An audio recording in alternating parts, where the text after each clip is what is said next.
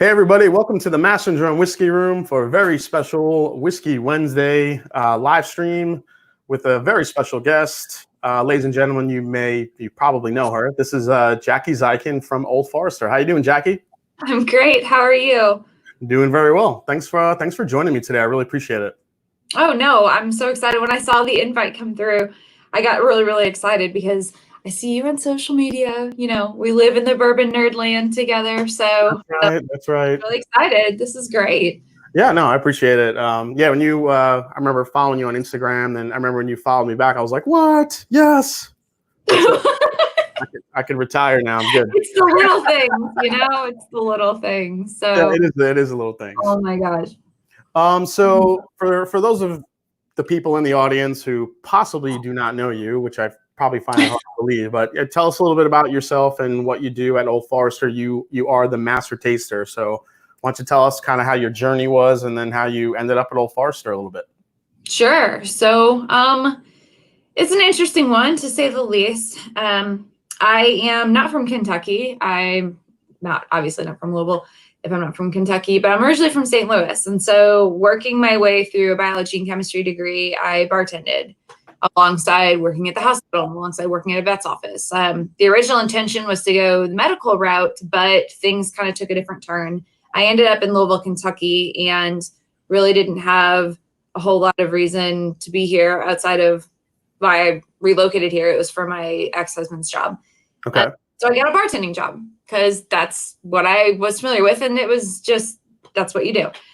It was for a group called Fall City Hospitality. They opened up this massive bourbon bar. And this was 10 years ago. So this was just when the boom was hitting Louisville. And I know, you know, you think of Kentucky and it just goes so inherently alongside bourbon, but Louisville, Kentucky, and Kentucky at large was also affected by the bourbon boom as well. Like, we had our fair share of flavored vodkas for a long time here, you know, like it was everywhere.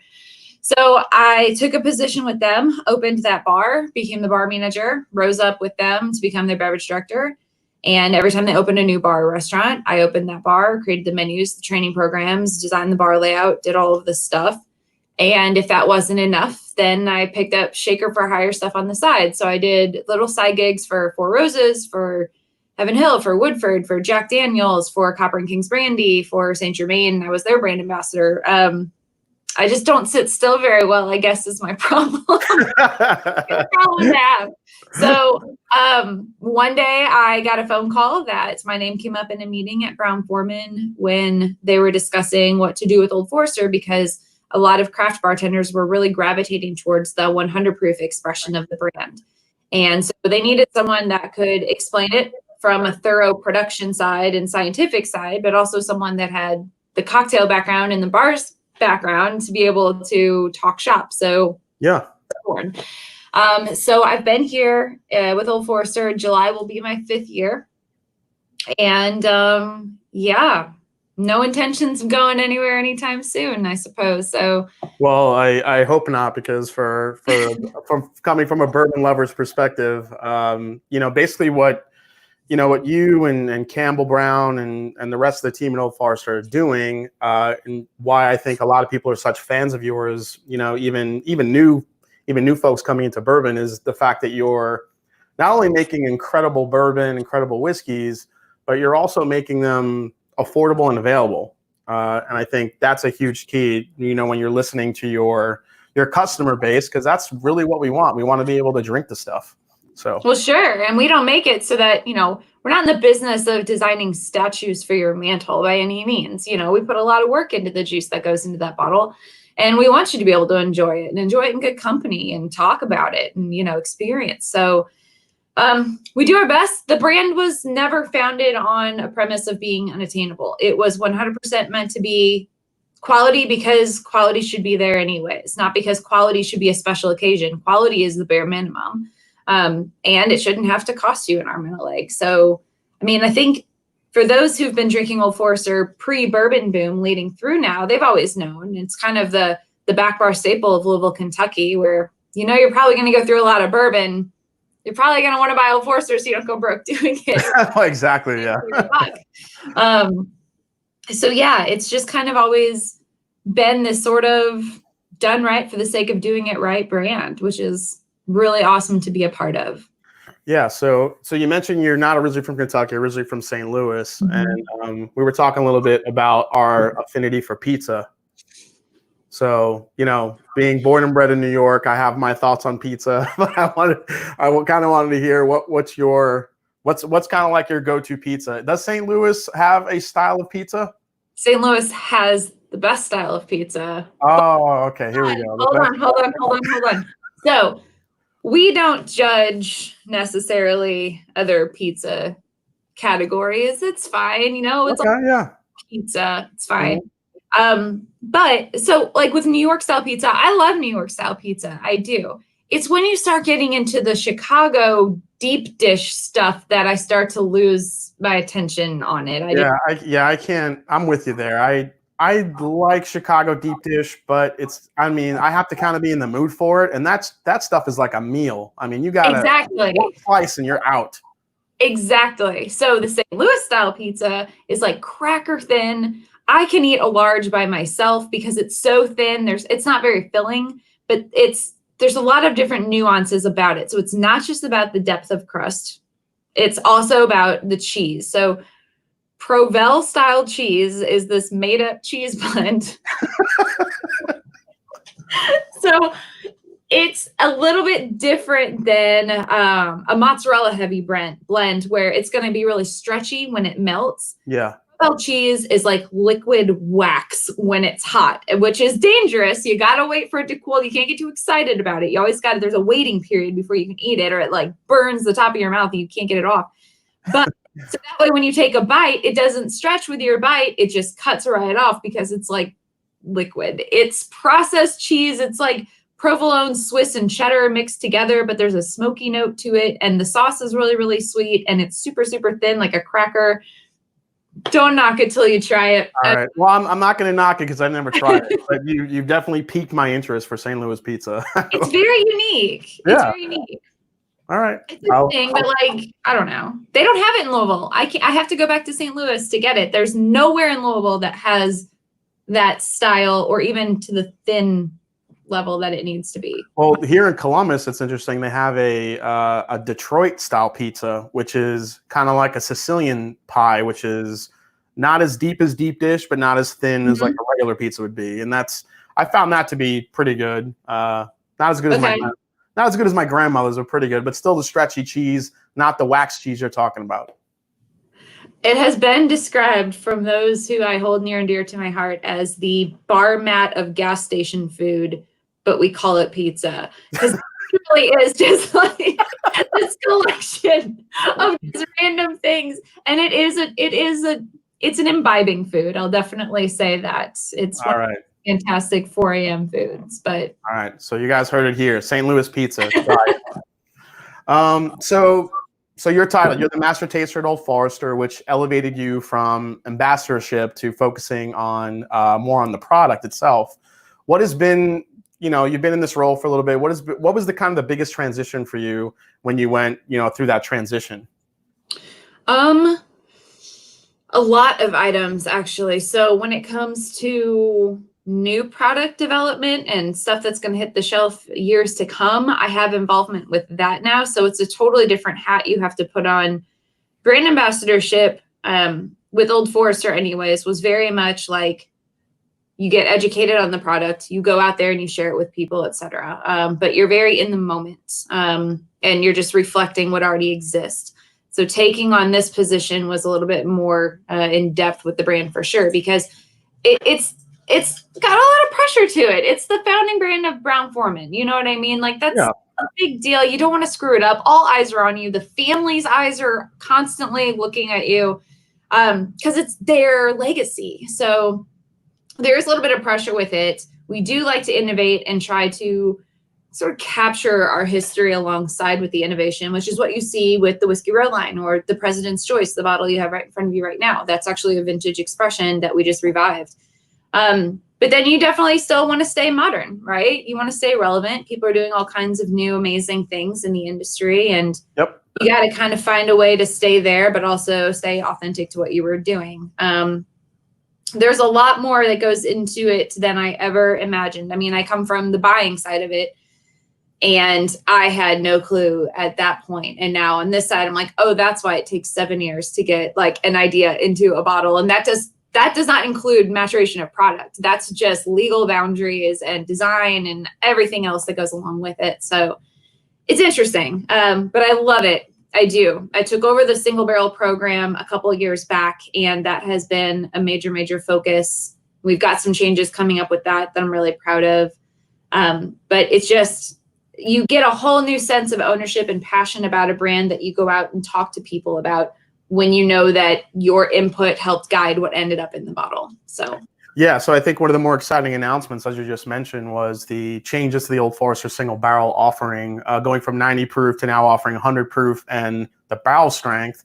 Now, from what I've read, you were pretty paramount in that decision or the upgrade. What was that process even like? I mean, you said, was that literally a 7-year plan to action, or was that, were you able to make that happen a little bit more quickly because you already had single barrels aging?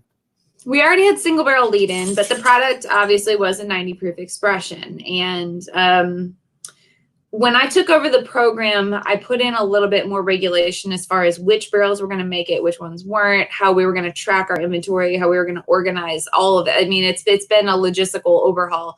Yeah. But with that, it just came little by little of people saying, you know, you come in for a tasting and we let you drill it from the barrel and taste it straight out of the barrel. And it's sort of a novelty factor. You're going to get it at 90, but at least you're here and you don't get to do this every day. So here, have a drill. And so, but every single time it's like, if somebody in the crowd would be like, well, why can't we just get it like this? It's perfect as it is. What's going on? And so it was a decision I had to make of, you know, when you're a brand, you have your pillars, your founding pillars. We're always going to be quality and we're always going to be consistent. Outside of that, no one says that we can't be, you know, cherry flavored. No one says that we can't be whatever, as long as it always tastes like the same cherry, always, you know, it's always the highest quality cherry, whatever. That's, yeah, of course. Cherry flavored anything. People like, don't get excited. Yeah. By any means. Yeah, I'm with you. I'm with you on that one. Yeah. It's not happening. But my point is that you're able to flex around that. You just have to make sure home base is always covered. And so we are still a small brand. Those who know bourbon know Old Forester because it's such an iconic brand.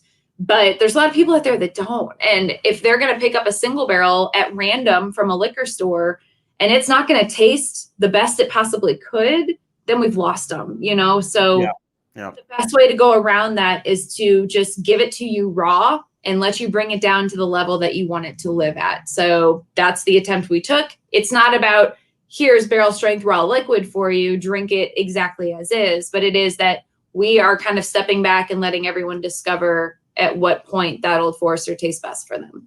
Yeah, I think that's a question that I get a lot sometimes. Like, you know, how do you drink such high proof stuff? I'm like, well, the beauty of it is that you can proof it down to what you like, but you're getting the purest quality, you know, spirit right out of the barrel that you can get. So I think at barrel strength, I was fortunate enough to taste one of the barrel strength samples, and I'm really looking forward to collecting about 100 of those. So perfect.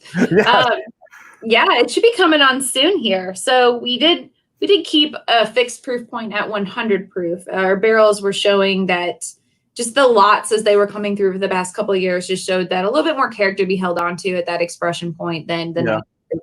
And we have the 1870, you know, we're kind of all over the board with proof points. We're covered. But yeah, I think end of summer, you'll start seeing some of those trickle out into the market. I know we've had a couple of tastings this month where people have committed to buying them because currently it's only available if you buy the whole barrel, but who knows? Maybe that little bit of a tease there. Are you, I don't know. will there be some, I guess, distillery only releases of those single barrels here and there? There are currently. So I do a master taster selection out of the Old Forester Distillery retail shop. And that has been 90 proof. I just turned in a bunch of barrels for them to sort of work with that I have been holding in inventory. You know, you go through and you taste these barrels and, you know, you're like, oh, this one's good. And make sure they're free of defects, blah, blah, blah. But every now and then you find a really, really good one. And then you just kind of hide it in a spreadsheet and don't tell I don't know the serial number for that one. Just put it by my desk. I don't know. We lost it. We'll find it in like 2 years. It'll be fine. Just roll that in my trunk. sit in barrels we sell through the retail shop, but those will start releasing in a couple of months as well with the barrel strength offering. So with all the tasting and the different barrels you're going through, what's a typical day at Old Forester for you like? Is it different each day? Do you have specific days earmarked, one to taste, one to do some single barrel picks, one to do some ambassadorship, or does it all kind of, is it all just because you said you can't sit still? Are you just kind of all over the place every week? It's pretty much all over the place. Before, the current climate that we're living in right now, I was getting down to somewhat of a schedule where it was like Monday is my day at my desk at our corporate campus. Tuesday, I'm always at the distillery downtown on Main Street. Wednesday through Friday is either travel or it's just making up for whatever else is in need right now. So like today, I've been back and forth on meetings all day long. I've been at the distillery, I had to drill samples. I'm prepping them right now in my kitchen. I'm here with you. I'll go back to finishing those later, finish up some administrative work. I've got another tasting later on in digital format today. So every day is definitely different. That's awesome. If every day is an adventure for you and you still get to taste whiskey, then that's all you can ask for. So going back to your tasting and your palate, what is it like working and tasting whiskey, in that Old Forester sensory lab that I've heard so much about? So last year I got a chance to sit down with Elizabeth McCall, who is one of your coworkers. She's the assistant master distiller over at Woodford. She gave me a little bit of insight in the process, but what was your experience working in the sensory lab, and how like nitty gritty does it get? Well, where Elizabeth spent her years prior to her current position in the sensory lab, setting up for all those amazing analyses that we do, I was on the bar side of things. So currently in my position, I'm on the panels that do the assessment, but I don't spend all day in the sensory lab necessarily. They say the spread is ready to come taste or smell. So you show up, you do your thing, you record your stuff, you hit the road.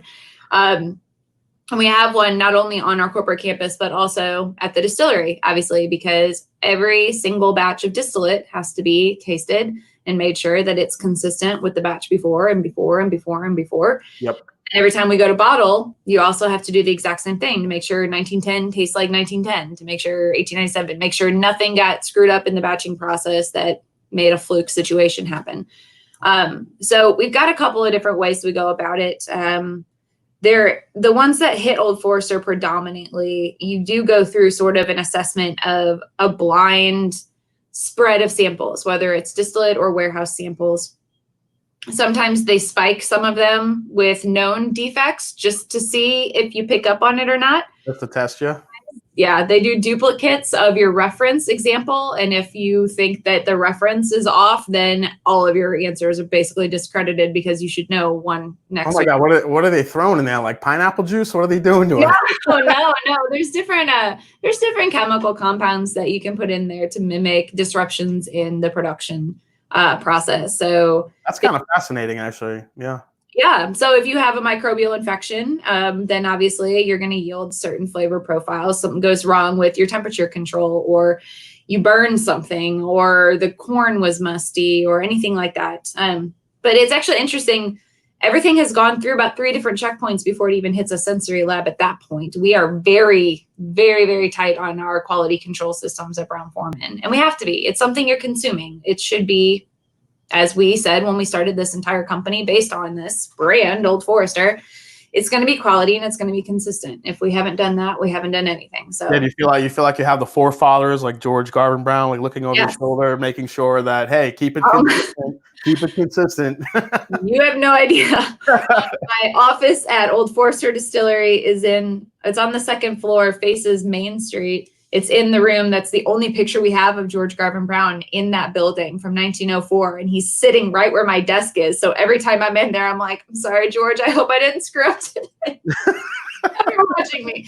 But I don't know. It's like I said, there's a lot of pressure with a founding brand, but it's also equally as rewarding. So yeah, plus you get to be around that history, which is what, we talked about it, how we both appreciate that part of it.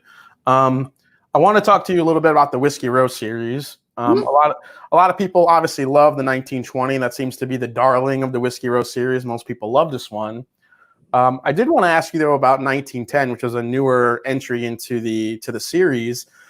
Talk about 1910, exactly what happened that day in history and what you guys went through. Because I was really curious when I tasted this, and I will say, I'll admit that when I first tried this, I wasn't that crazy about it. And I was like, what's going on in this bottle? And then when it opened up, all these different flavors came out, and now it's kind of like one of my favorite lower proof sippers, and I do enjoy it a lot. But what was it like for you guys to recreate that flavor profile? Like, did you know like what you were in, what was in store to try to recreate this particular flavor, and testing the barrels and charring them to no end? Well, okay, so there's a couple different elements here. So for those of you watching, if you haven't had 1910, definitely give it a whirl because it is an exceptionally unique expression. Yeah. And I find it very interesting because it is 99.999% of Old Forester drinkers love it. But every now and then, and I'm not saying anything against you, I'm not saying anything against, like, Fred Minnick also was kind of like, I don't get it. Like, what's the big ordeal? But just give it a second, and you picked up on it exactly. Like, you let it open up a second. That's kind of why it sort of ended up at 93 proof, because to go any higher was way too tight on the palate. So the backstory of the brand is, back in 1910, we were located where the new distillery is located right now, which is downtown Louisville, Kentucky, on West Main Street, on a strip of Main Street called Whiskey Row. So back in the late 1800s, sorry, you ended up with all these different whiskey brands being housed there. They didn't distill, but they bottled, and they had accounting services there and all that other fun stuff. Because you're right next to the Ohio River, and you could just ship everything off on a boat down to New Orleans and call it a day. It was this massive shipping area. So Old Forester is there. There's a fire in the building. They're about to bottle Old Forester, which in 1910, Old Forester was bottled in bond. It was 100 proof. Okay. Well, you got to get out of the building. No one's like, here, well, hold on, let me finish this first, and then we'll deal with it later. Like, no, get out. So you've got this big vat of Old Forester 100 proof that's ready to go, that they can't touch. And when they could finally get back around to it, they decided to put it in heavily charred barrels as sort of this cheeky nod to why they couldn't use it in the first place. They never sold it as Old Forester. They sold it as very old fine whiskey because it didn't have Old Forester. So it had been double barreled back in 1910, just by default. Like, they just, what else were you going to do with it? They were going to throw it away. So we do have a bottle of the original very old fine whiskey at the distillery currently. It is on display with all of our antique decanters. And so it's there. The full description of how they made it is literally written on the label. It's really, really cool. Seriously, really? They actually like documented it on the bottle? Yes. That's cool. Oh, yes. That made your job a little easier. The answer's right there. So the Whiskey Row series so far has been sort of this really great tool to help us tell the story of Old Forester, but the liquid inside those bottles is in no way, shape, or form meant to be exact replications of, say, what Old Forester tasted like in 1870, because we don't know, or exactly what Old Forester tasted like in 1897. Again, no clue. Yeah. This one is the only one that really follows along as closely as possible to the exact specifications of what the product was.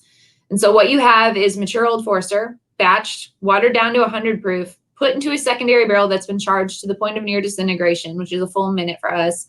And then you let it finish for 7 to 9 months, usually closer to the 9-month side of that. And then we dump it out, and we proofed it at 93, because think about it this way. You're only in that secondary barrel for less than a year. You're not going to gain proof points on that you won't end up losing in processing anyways. So you can't go above 100 for your bottled product. Yeah. You got how many 100 proof bottled products? It just came down to, let's just taste it and see where it works at. And 93 is where it sang. So, and all this, I had to pour some now that we talk about it. It's right. There. Like, yeah. Well, cheers. Thanks again. Cheers. Yes. But it's so chocolatey. Yeah, and that was the flavor that was kind of throwing me off when it was kind of in the neck pour. It was chocolate, but wasn't getting too much else. And then once this thing got past the shoulder and opened up, a little bit of coffee note. There is a touch of cherry there. There's all these different flavors started opening up, and now I feel like I could really appreciate 1910 for what it was supposed to be. Definitely. I mean, it's oaky. It is an oak bomb. It's gone through 2 brand new barrels. Yeah. Like, of course it is. Oaky, little bit of banana too. Yep. Always the banana. Always the banana. So so another expression I want to talk to you about, which I thought was probably, I don't know if it was one of your most successful, but one I'm super impressed with, was the Old Forester Rye. And as you can see, this one's pretty low. I have a few backups. There you go. Yeah. So tell me about Old Forester Rye and how that was developed. You guys didn't have an alternate mash bill for what, over 100 years? So what was the decision on this? Now, did your bartending background kind of drive the force on this of, we should have a rye, we should, do something to have behind a bar to craft some good cocktails with? It didn't. It was not there to drive the inception of the Old Forester Rye idea in general, because Old Forester Rye, actually, a lot of the elements of what goes into this bottle actually were decided upon for historical reasons. But the piece that I contributed to it, or should I say the arguments that I got in at the office on a weekly were sort of like, guys, like, listen, like, this is why rye in the first place. This is why it exists. This is why it's been growing so quickly. You have to take into consideration the craft cocktail movement, because that's where all of these brands started resurfacing from, and everyone started using them, and they had to be priced to make sense for cost of goods, and they had to be 100 proof to stand up to however many other ingredients you want to throw in your drink. So the fight for the price point and the proof point was certainly there for those reasons that I carry with me. However, the mash bill is one that does not belong to Old Forester originally. It was a product called Normandy Rye that came part and parcel in this sort of cookbook when we purchased the Brown-Forman distillery back in 1940, when it was known as the Old Kentucky Distillery. So we got the property, we got the buildings, we got the stills, we got the cookbook. Also in there was watermill rye, old watermill. That's actually the Woodford Reserve Rye recipe now. So okay. It's different though. So what had made sense with us so much is that, yes, it tasted great. It's always taste first, right? It's just got to taste good. Like, duh, it's something that you're going to be consuming. It's going to have to taste good.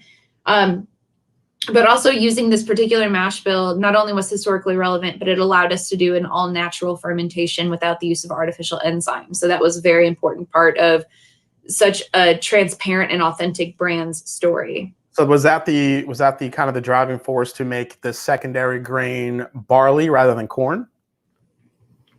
It's got a little, you mean as far as majority in the mash bill? Correct. Yeah, 20% malted barley is what's allowing us to do that. Yeah. But that's kind of the sort of secret to why it tastes so good in the first place, because it helps to round out where it's not just spice and it's not just barrel. It's floral, it's fruity. There's so many different layers to it. It's because of all that malted barley that goes into it.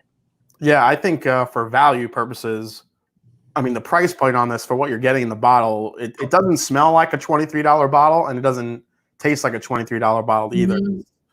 I mean, it's got, I'm not going to say how much I would pay for it because I want you to keep it the price where it is, but I'm just saying it's a very impressive bottle.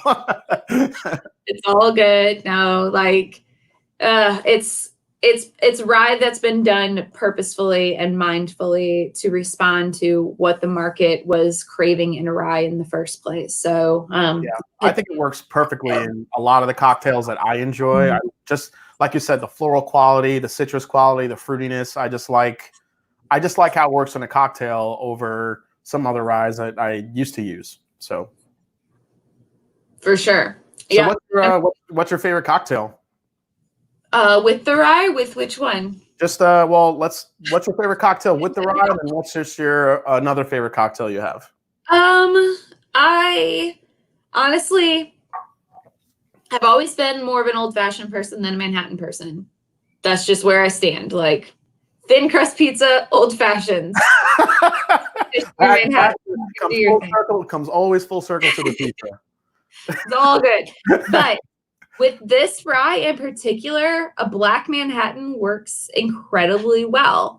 So I've always been a big fan of Amaro's. Bringing that into the picture a little bit works so well with it. But with the floral notes of it and the herbaceous notes that are already inherently there with rye, those grassy notes and dill and all that fun stuff that happens, It makes it really, really easy to use this in a lot of applications that call for aged tequilas, which I know is kind of like an interesting, weird way to think about it. But when I wrote the cocktail strategy for the rye, when we launched it a little bit ago, there was definitely a lot of like, oh, this can go hand in hand with a lot of templates here. So if I'm not drinking bourbon, I'm drinking tequila. It's my thing. It's my jam. Luckily, we own a couple of really, really amazing tequila brands, so we keep it all in the family. But yeah, I'm a huge Paloma drinker in that sense. And the rye actually makes a really good Paloma. Oh, okay. That's interesting. Yeah. I know it's weird. I've been making a lot of Vucares lately.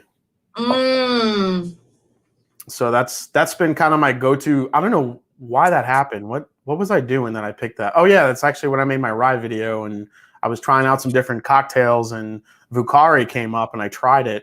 And that's one of my new favorites to have with the Old Forester.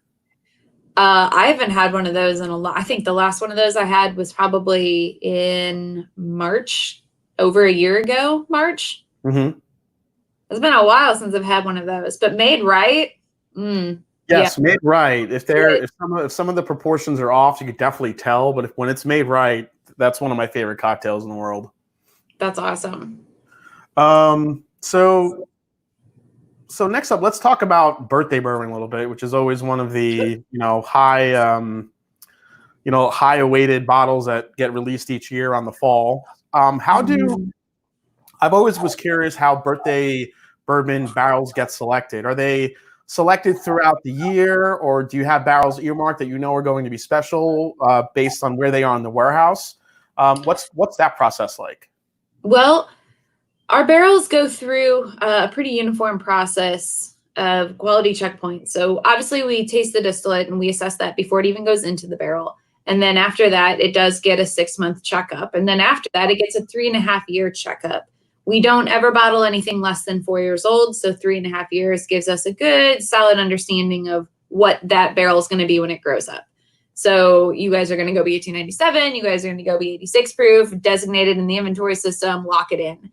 And then some barrels, if there's enough that haven't been picked through for other goods, and you're like, there's something special and cohesive about this. It's not necessarily that every barrel, because the barrels, even barrels that sit right next to each other, yield completely different flavor. Absolutely. Yep. 30 to 40 different oak trees. Of course, they're all going to be like snowflakes. Absolutely. Yeah, it's more so, is there cohesion in the batch necessarily than do I think this is good? Because what I think is good is not what you think is good, is not what someone else thinks is good. We all have a personal palate preference. But is it balanced? Is it showing to be perfect on its quality scores of 0 through 4 scale? Is all that showing up? So if it's good, great. Hold on to it. We'll revisit it later on down the road at 6 or 8 years. And if at that point the cohesion kind of starts to break down, those barrels get reassigned into some of our older blends that end up in things like the Whiskey Row series, or even sometimes the 100 proof everyday drinker to get that really barrel forward note that comes through with it. The barrels that get to live on their entire life then as birthday bourbon designated barrels, after you get to 9 to 14 years in a heat cycled warehouse, you're not sitting on a lot of liquid at that point. You're getting maybe like 10% yield out of those barrels in that range. So it just comes down to a point of making a decision of being able to make as many people happy as you possibly can, which a losing battle every year. Yeah, it seems to go that way. Oh, it is. I know. And then we just kind of like pull the trigger on it. Then Chris Morris and I proof it in January for the upcoming year.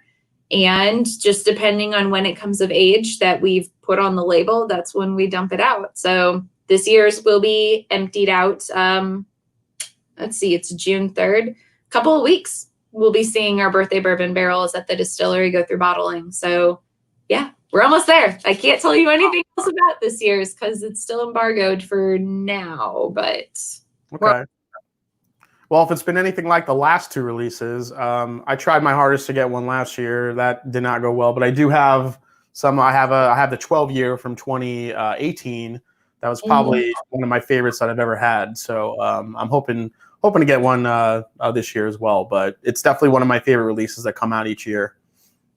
Yeah, I mean, we really shoot to make sure they all taste different. You know, there's no like signature birthday flavor profile, but yep, this year's is really, really, really special. Chris and I always argue about the proof points. Not argue, we're not like in fist fights about it. There's always 2 points. There's always a high point and a low point where it just tastes amazing. Every single time there's a high point and a low point. I don't know. It's interesting. And he always fights for the high point and I always fight for the low point. And I usually lose. But we agreed on the exact same point. So there was only. So when you say Chris, you're talking about Chris Morris from Woodford? Yes. Okay. Yeah. So yeah, I just picture you two just like having a stare down warehouse over like a barrel, like I want it high, I want to go. It's not like that. It's literally each of us has 40 different samples in front of us that we taste through in a row, take our little notes. We don't say a single word the whole time. It's just sip, spit, sip, spit, sip, spit, sip, spit the whole time. Take notes. I have a weird system where I just like shimmy the glass up or down halfway. And it's like my weird secret code of like whether I come back to it or not. But after, you know, it can only go on for so long because then after a while they're all good. You just don't know what to do with yourself because exactly, yeah, palate out, right? But this year's will definitely be one worth waiting in line for, you know, spaced 6 feet apart from each other, I guess. That's what it's gonna be. Yes, I'll make sure I make my table to wrap around myself as a border so I can just nobody will get near me. I'll just sit exactly. in line. Yeah, it'll be perfect. So I guess next is birthday bourbon we talked about 1910 rye. How about President's Choice? Like how were you part of bringing that back, and what are the selections like with President's Choice? Is it similar to birthday bourbon? I'm having my first pour of this batch 9, and it's incredible. I knew that you had 9 that you were going to be tasting on this. And so I tried to find my 9, but it wasn't open. But my 12 is open from the other day. So I might pour a bit of that. We have released 14 so far. Okay. There is no rhyme or reason to when we release them. For all of y'all out there who want to get your hands on some, it's not like birthday. We release that September 2nd. That's George Garvin Brown's birthday. Every year it's consistent. President's Choice is just sort of like, this barrel's good. Bottle it. Okay, that works. It's highly technical. It's more fun that way. Yeah, it's highly technical. It's very technical. It's very but basically we needed to come up with something that was an exclusive offering for the distillery when it opened up nearly 2 years ago. And instead of jumping right into doing innovation with, obviously we couldn't use the liquid from the distillery. It's still not of age. And we have still been releasing something new every single year for the past like 7 years with Old Forester. Something new has come out. So it was like, well, why don't we just kind of go back to the history books, see something that we used to do. We have a president again now, which is awesome. We have Campbell Brown. So why don't we just bring up President's Choice? It was something that we did in the 60s and 70s. We stopped it in 1972. And then it has just, the mark that has just laid there until we revived it a couple of years back. So we kept the same label. We updated the verbiage a little bit. We kept the same ink colors, the same everything. And tried to keep it just as true to form as possible of the original one. The way that it goes is that I basically go to the warehouse. I source out barrels that are 8 to 10 years old. The first couple of releases we did, there were a couple flukes, but they were well worth it in flavor profile. So they didn't meet those same parameters, but that's where we generally live in with this one. It's proofed anywhere from, I've seen 70s bottlings in the 90s. So we kind of like gave that as our, what was it? That's what it will be. So the 90s all the way up to 120 proof is what you'll get from this expression. Again, depends how it tastes. I pull my samples, I proof them to like 3 or 4 different proof points for barrels that make it through of being defect free and delicious. And I hand the box to Campbell Brown and say, give me your selections. It's your choice at this point. It's a curated choice, but it's a choice nonetheless of the president. So it's like, all right, you're a part of this, Campbell. You're a part of it. he owes me some homework right now. I dropped off he's got 14 samples sitting with him right now. I'm like, I need some answers. We're gonna run out of liquid. We kind of need to bottle this stuff. So they're coming. If you guys are anxious to get more, write a letter to Campbell Brown. It's sitting on his desk. It's his homework at this point. All right, everybody get on the email. Let's go. Get them going. Jackie can't wait any longer. Let's go. But yes, it is a single barrel. It is bottled and kept as true to form as the original expression. And they're all very, very unique. But they are all selected by Campbell. At the end of the day, the final selection is his, making it authentically the president's choice. So it is Kentucky only. You can find a couple of bottles sprinkled here and there in Kentucky because by law, we can't only sell it out of the gift shop. We have to spread the love a little bit, but they never hit a shelf. So just make friends with a retailer, I guess, is your best bet. Or keep an eye on our website. Sometimes we do different events that release the products. But yeah, I can't stop nosing this glass. It's just, I could smell that all day. There's definitely, that is one thing that I will say. They are all a little bit different. Campbell certainly has a very definitive flavor profile preference. Yeah. But the one thing I can say about the President's Choice is that they are all incredibly dimensional and incredibly rich flavored. So, I mean, this is my first pour. This is a neck pour, so I can only imagine what this is going to turn into when some air gets into it. But even on this, I mean, there's a Luxardo cherry note on the nose on this one. That's incredible. But just really delicious. I don't want to, but I might go through that bottle a little bit quick. That's okay. We'll keep making it. No worries. Actually, is there anything? Now I heard this. This was kind of announced. I think it was late last year or maybe early this year. Possibly a 150th anniversary bottle coming out for the distillery. Is there anything you could talk about with that bottle, or? Well, it's funny that you say that you've heard, because that immediately tells me that you're one of the people that looks at the TTB website on a regular basis. Actually, no, I found it on. Where did I read that?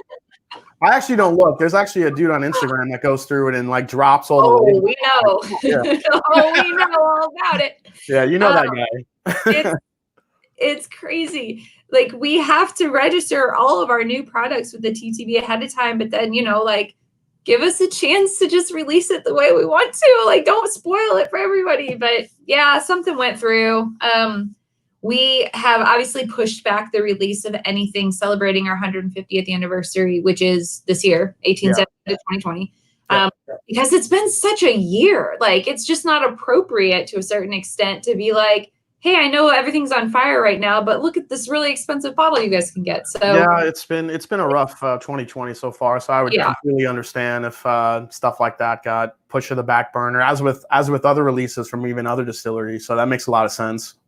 I mean, I will say it is whatever it is that we're talking about, whatever that is, whatever that may be, whatever it is done. It's ready. I'm sure it's amazing. It is. But other than that, you're just going to have to keep waiting. But you will probably see something within this calendar year that nods to our 150th anniversary. Okay. I'm going to say. Very cool. You're going to get me in so much trouble. I'm sorry. I'm just drinking Keep and feeding me whiskeys and then asking me TTV questions. Yeah, that was my plan. It's like let's taste all of them. Yeah, let's see if we can find out what proof birthday bourbon is. I'm only kidding. I don't remember. Isn't that sad? Oh my gosh, it was in January. It feels like that was 5 years ago with so much stuff that's gone on. I remember a range, but I would have to look back at my notes to remember exactly what proof point we decided on this year. Woo!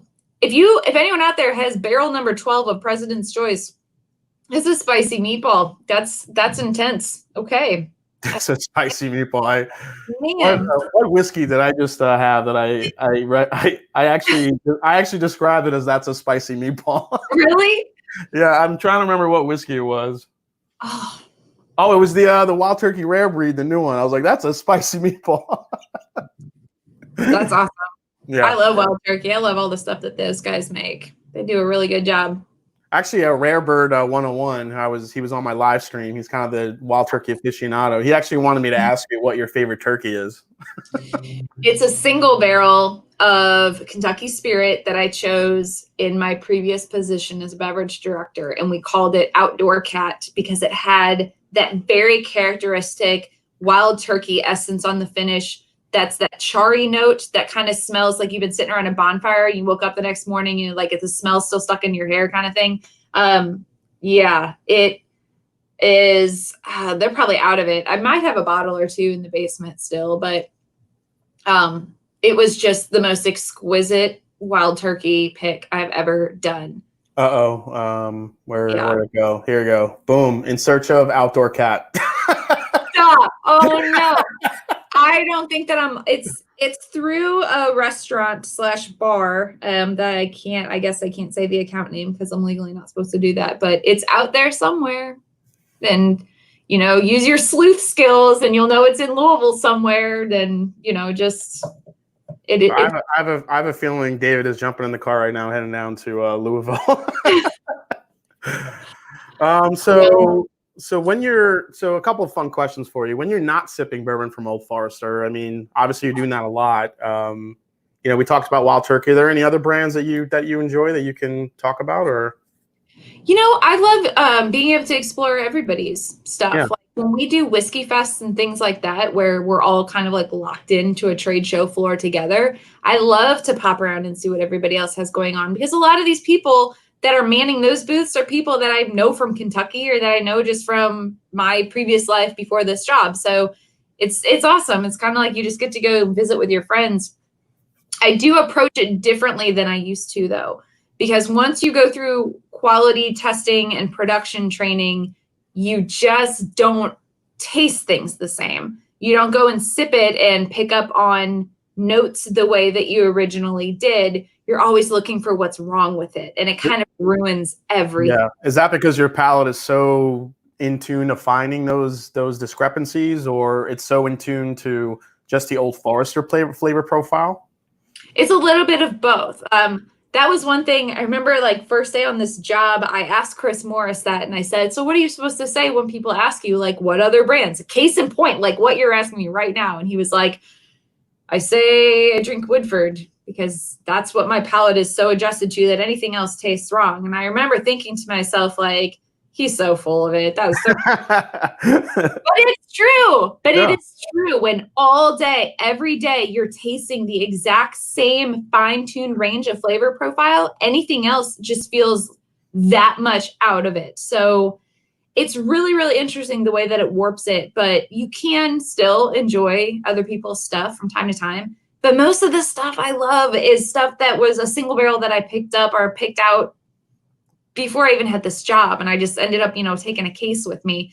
There's a really great Four Roses single barrel that lives on in my house. It's got this really awesome chocolate covered cherry note to it. It's from a really cool spot. Or the majority of their warehousing situation is a cool spot, but yeah, pretty much. I don't know. It was really, really cool. It was the Hunter S. Thompson blend. Do you know what the recipe is on it? I would have to go find the bottle, and it's in the catacombs of Jackie's whiskey collection. So actually, yeah, question came in from my buddy Michael Klein, who was in the chat. And he where is it? I think he had asked how many bottles, like what's the most bottles? Oh, there you go. How many bottles does Jackie have in her house? Not enough. It's never enough, is it? More than enough and never enough at the exact same time in that weird purgatory. I'm always hesitant to say because like then all of a sudden you'll see someone like behind me like peeking through the window like all up in my whiskey collection. But oh my God, do you have like neighbors that love whiskey that like peek in to see what you're tasting? The house next to me, they're like, it just sold and they're renovating the inside. So luckily they don't see the COVID shenanigans that are going on with all right now. The other side, they can't see anything. And I don't think she pays any attention. So yeah, I don't know. But like, I don't know. It's interesting. You definitely know whenever I've moved, I've noticed it. And I'm like, I know the people on the street are like, what is going on at that house? Like, why is there so much alcohol being moved into that home? But yeah. Yeah, it's like just people out there mowing the lawn every day, just like peeking in. I don't know. Like, open the door. I'll drink some with you. I'll share it. Please. There you go. Yeah. My whiskey. Please. So some other fun questions for you. So what is your favorite, what's your favorite movie genre, or what are your favorite movies? No one has ever asked me that in a whiskey related interview before. So bravo to you, sir, for really expanding this. I like anything and everything. I go in weird phases. If you like really get down to like brass tacks with it, and it's like, okay, well, what movies have you actually purchased? Like, that's always a good indicator, right? Oh, that's a very good indicator. Because only so like a movie that you like so much, actually go and buy the DVD. That's pretty serious. Exactly. So if you were for some reason to get onto my iTunes account right now, you would be like, what?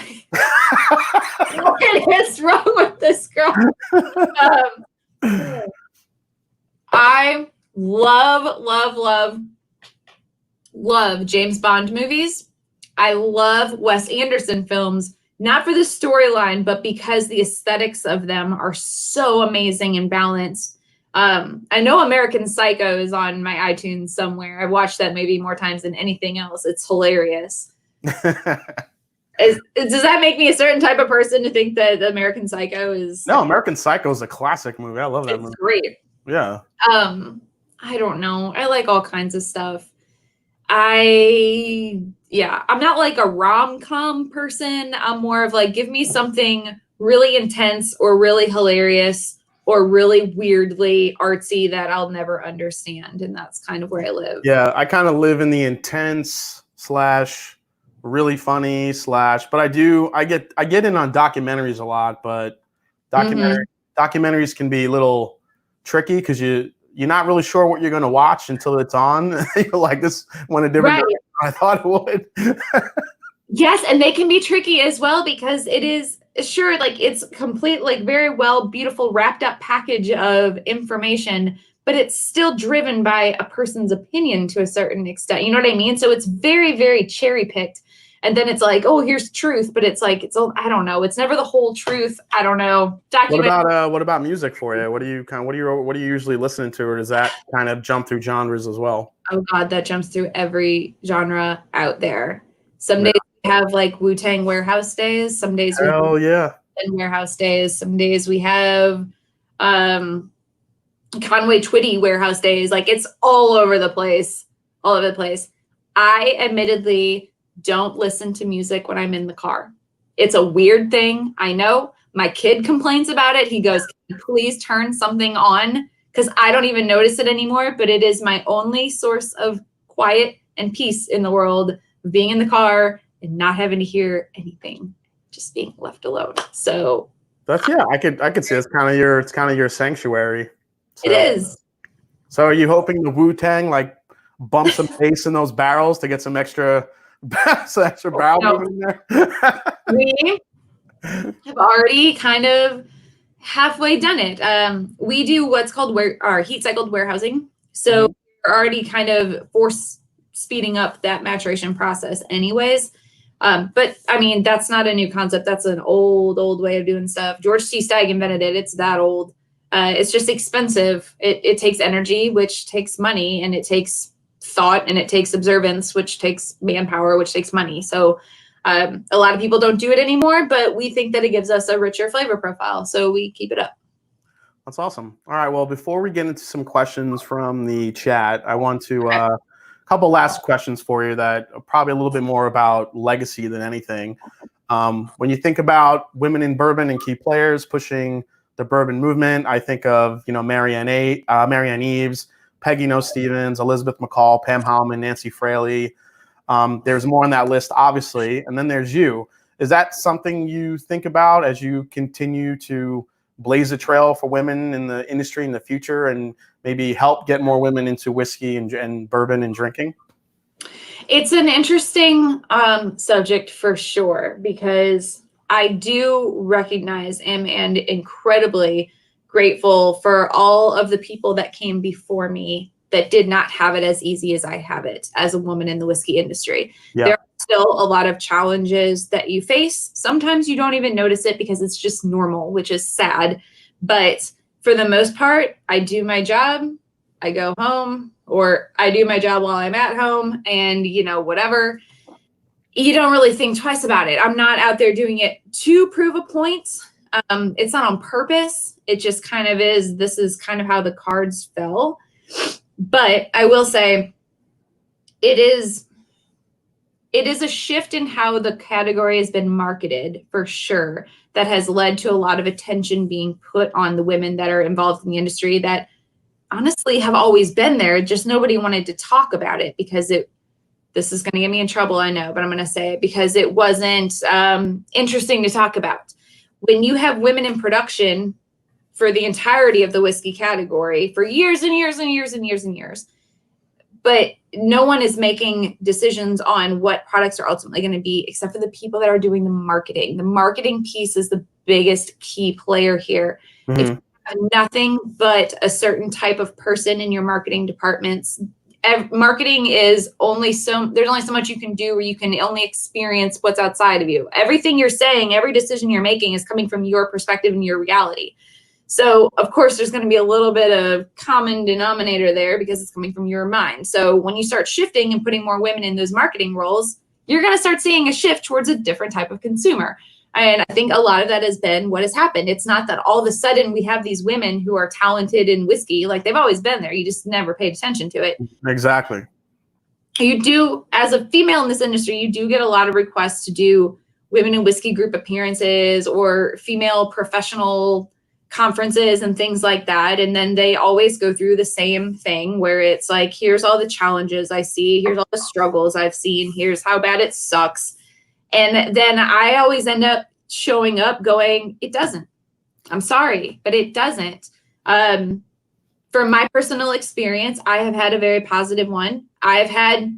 Trust me, I've had some incidents. I've had a lot of incidents, but I don't hold on to them. I'm a firm believer in that what you put your mind to and what you put your attention to is what's going to come into your life. And if you sit there and worry about every single negative aspect of everything going on and how behind you are compared to everyone else in the industry, then you're just going to manifest more of that. So you just be present and this is what I do. I'm going to be honest for the sake of being honest. I'm going to put out quality stuff and fight for it to be quality. And we're not going to take shortcuts because that's the right way to do it. And it's got nothing to do with whether I'm a female or not.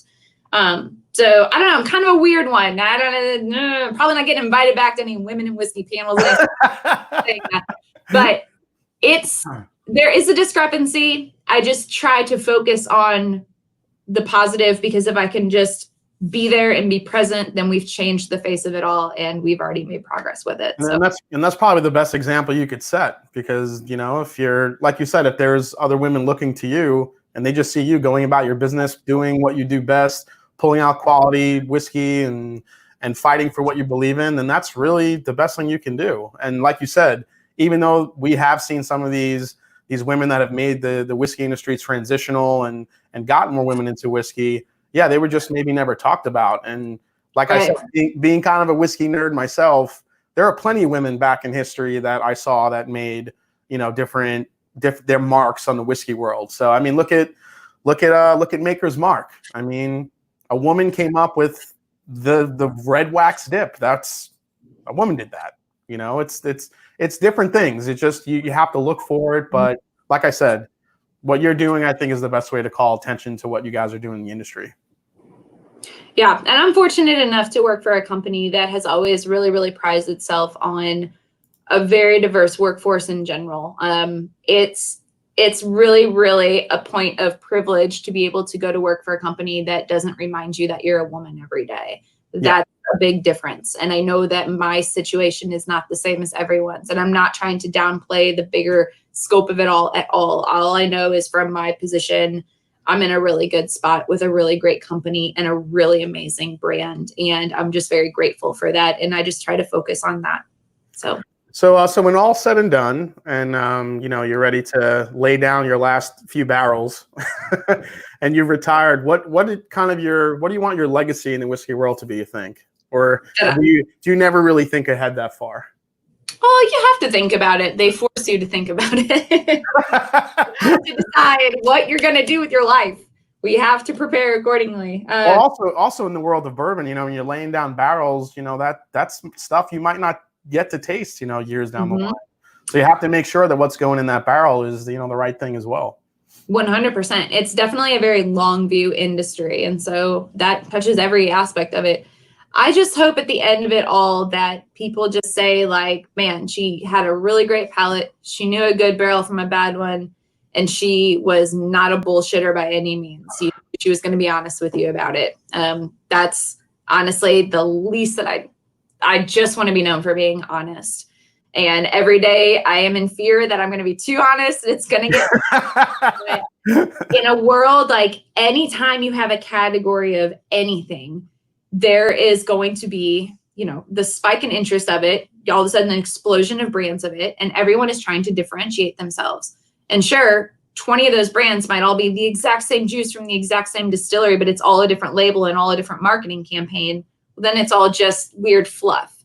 I hope at the end of all of this that people realize I would have never left the bar industry for a brand that I had to lie and do the used car salesman thing with.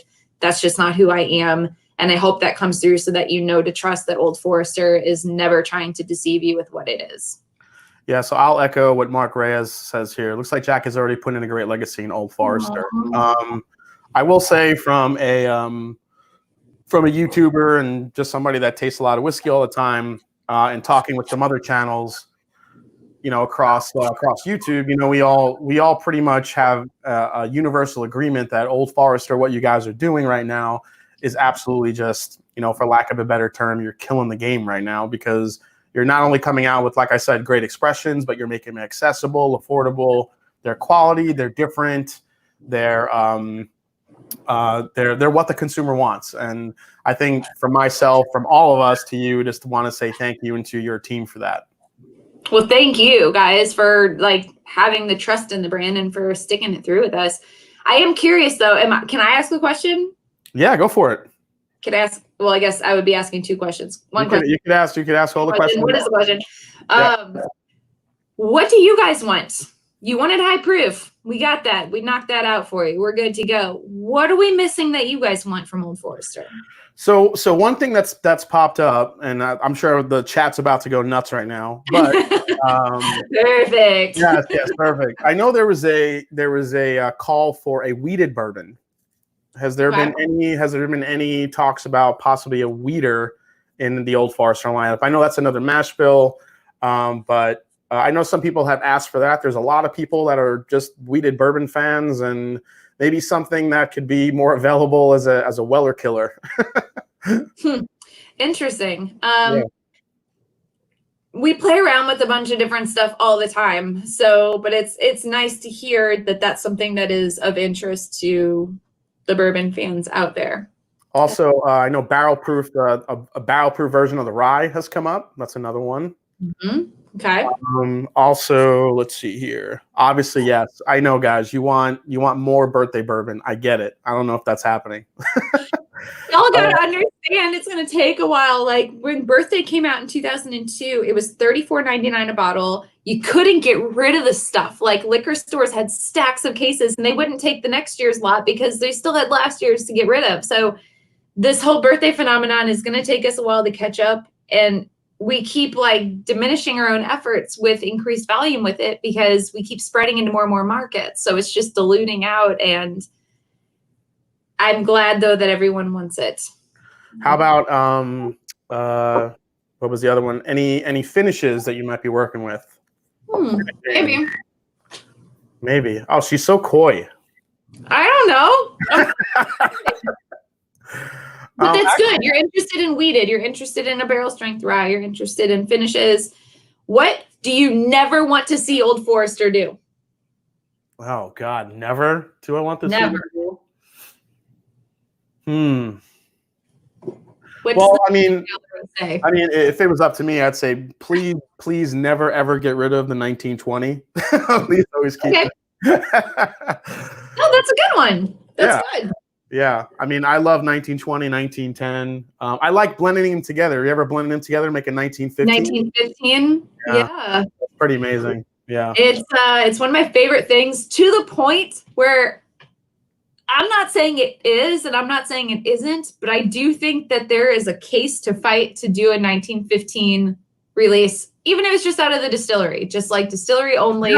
Yeah. 1915 blends. Like if you and Camel just like sit down and come up with the perfect like proportions and then just release that'd be pretty cool. Yeah. Anything that you can do with this that's new? Because this is probably one of my favorite budget sippers right here. I love it. I think this is I don't know if it's underrated right now, because there's a lot of us on with channels that talk about this bottle a lot and how much we love it. Is there anything that might be expanding upon with this bottle rather than just a bottle and bond? Maybe like a single barrel line or something like that?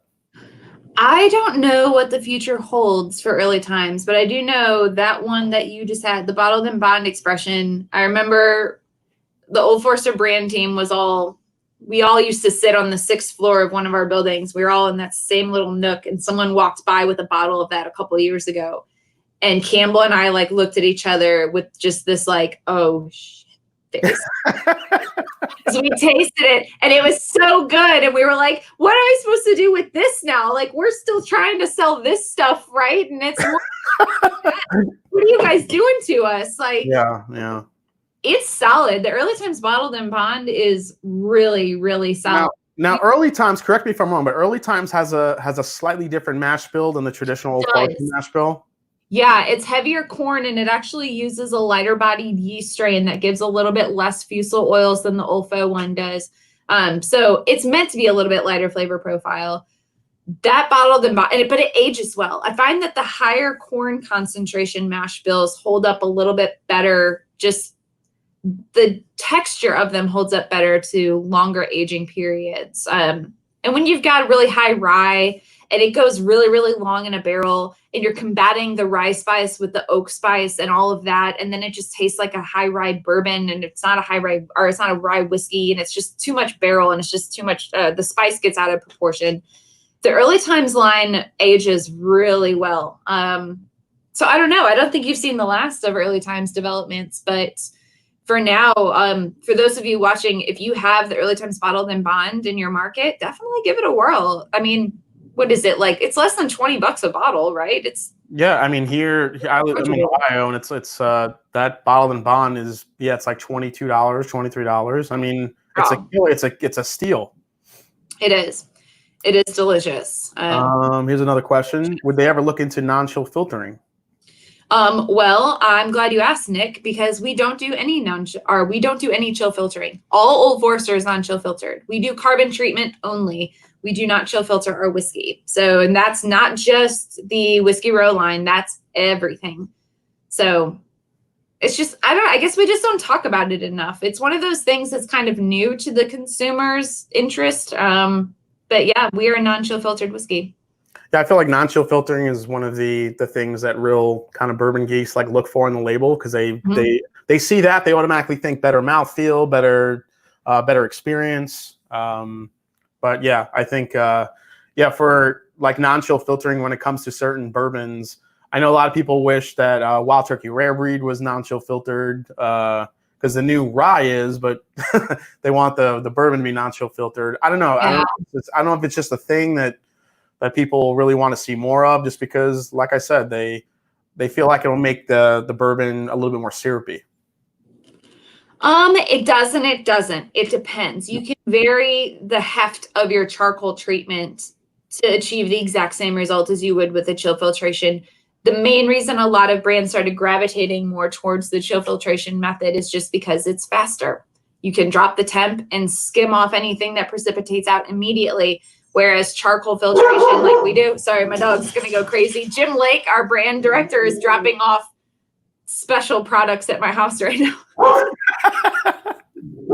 that I'm not allowed to talk about. But the charcoal treatment takes 12 hours. You can go longer, you can go less, but 12 hours is generally industry standard. So it just takes longer. And of course, sorry. What kind of dog do you have, by the way? He's a Shepherd Rottweiler mix, but he's a big baby. Oh, that's awesome. It's tough. Let's see here. Awesome, though. Now we can give Jim like all the grief in the world. He interrupted the entire YouTube live by showing up at this time. Will there be a Jackie Zykan private select bottle? Well, you kind of select that's kind of all of them, aren't they, in a way?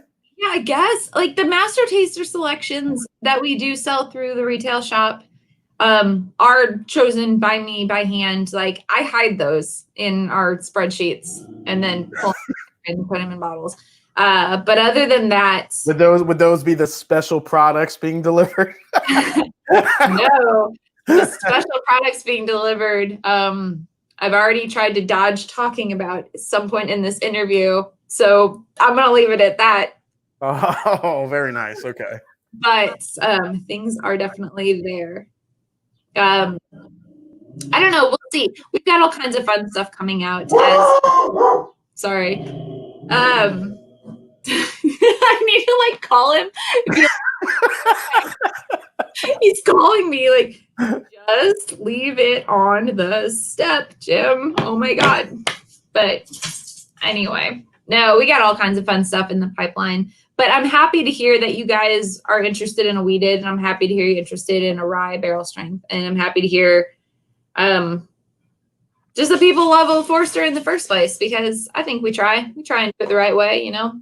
Yeah, absolutely. I think it'd be really interesting to try a wheated bourbon from Old Forester, and also given that rye, the flavor profile that's on that rye, I would love to try that at barrel proof. That's probably be pretty amazing. But since your dog's barking and you got some special stuff being dropped off at your house, I guess kind of end it here. I want to just absolutely thank you for coming on and giving all this time and talking about Old Forester and give us some insight to what you do and some of the new products coming out. This was an absolute, pleasure for me. So I really appreciate it. Thank you so much. I'm always happy to chat about it and drop little hints that will get me fired later. So, well, thank you so much, guys. I want to thank everyone in the chat for hanging out and watching. We had over 200 people watching most of the time. So thank you so much, guys. And if you have any questions, feel free to shoot me an email at themashanddrum@gmail.com. And thank you again to Jackie. And I will see you guys. Tune in tonight. I'm doing another live stream, doing a blind Scotch tasting, which should be interesting. So cheers to that, and I'll see you guys soon. Take care, everybody. Cheers.